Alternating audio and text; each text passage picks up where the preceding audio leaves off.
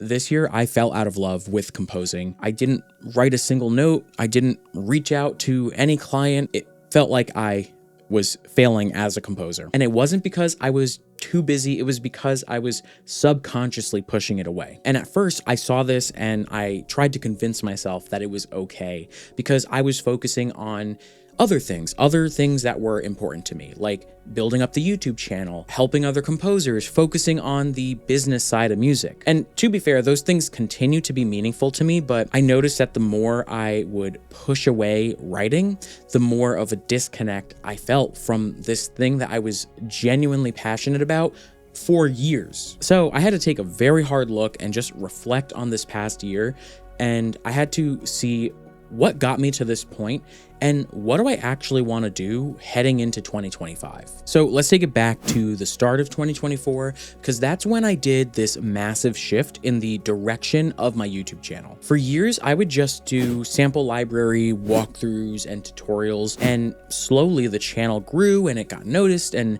I started to connect with really fantastic developers out there. But over time, I wasn't really being fulfilled by those types of videos. After a while, I started to notice that people would come for the name, for the library, but not necessarily for what it was I could offer. So the more that I thought about it, I really wanted my content to be more representative of who I was and how I can help other composers in the long term. That's when I decided to shift the direction of the channel and start putting out content that was helpful for composers finding true, genuine success in their own music careers. And at the time, the shift felt right. I was able to put my communication degree to good use.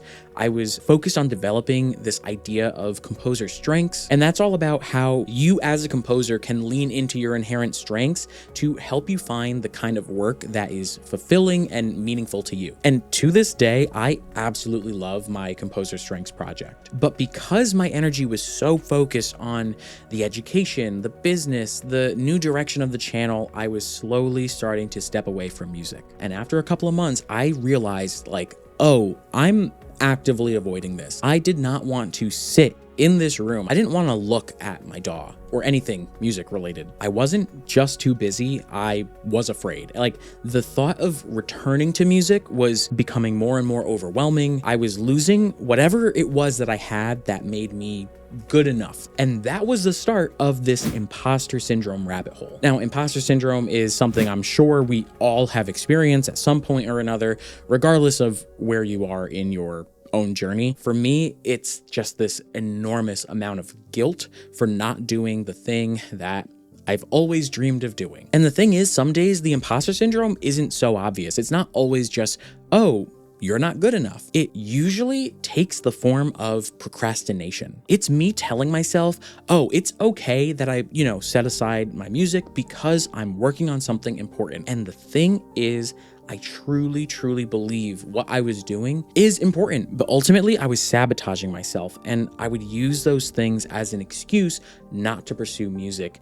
And I wasn't giving myself any kind of leeway to find balance. And then of course there's just all the external pressure. You see a ton of successful composers on social media, even my music friends. I was really proud of just how much they were able to accomplish. And it could be someone is releasing new music, someone got a really cool scoring gig, and I would think to myself, oh man, why can't I do that? But the irony is, I wasn't even trying to. I let the imposter syndrome get the better of me so that I wasn't pursuing music. I wasn't writing anything. So for me, it's just been a really long year. But over the last month or so, I think there's been a very big shift for me. There have been moments where I started to truly accept myself as a composer again. Not this idealized version of what I thought a composer had to be, but instead the one that I actually was in the moment. And throughout this whole reflection process, I, of course, just so happened to stumble across these two quotes that really stuck out to me. And, it helped me reframe my thinking. The first one is that confidence isn't a requirement, it's a result. Basically, I don't need to feel confident to take action. The action comes first and the confidence will ultimately follow. And the second quote was to stop trying to get rid of imposter syndrome, but to get good at it. And that just reminded me that imposter syndrome isn't going to go away. It's always going to be there. And as creatives, I think we know that. But how can we start to recognize the symptoms of imposter syndrome? How can we recognize when we start falling into our own traps? And that, I think, is what's going to help us build a little bit more of an armor, a protective layer against imposter syndrome. And what's funny is I actually recently just released a video on what it means to me to finally be learning the piano as a composer after years of putting it off. And something about diving into that challenge, that video, made me realize that this was all kind of connected.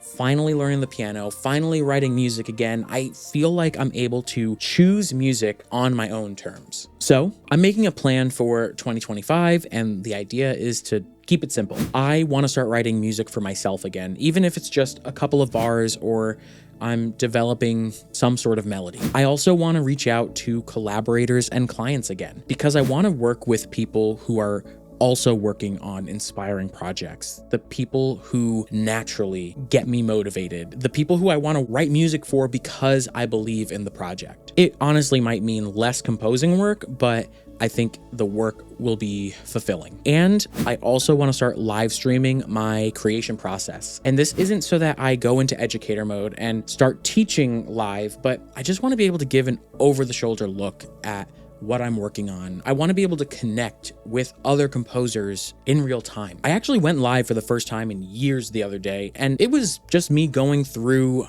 my Musio template, but honestly, it was probably like one of the most proudest moments of the entire year for me. I've always been so nervous to go live because I want to show up as well put together and polished and knowledgeable, and the perfectionist in me would always say like, oh, well, what if you make a mistake? Or what if, someone corrects you or criticizes you? Honestly, who cares? And again, I think that's just the imposter syndrome coming out. So I feel like by going live, I'm able to just be me. I'm able to make mistakes. I'm pretty much learning in real time as well. So just as a side note, if you do want to hang out the next time I go live to write music or just keep working on my template, just make sure you subscribe, because I'm going to be posting about when I do it again. I was recently talking about my decision to go back to music with one of the instructors who I work with for the ThinkSpace Education Orchestral Bootcamp. And he said that that's how you know that you truly love music, because you are coming back to it. And that really meant a lot to me, and it really resonated, because no matter how much I push music away, there's just this deep desire to always return to it. And that's how I know it's just a part of who I am. So thank you for sticking around this year. I'll see you in 2025. And as always, happy composing.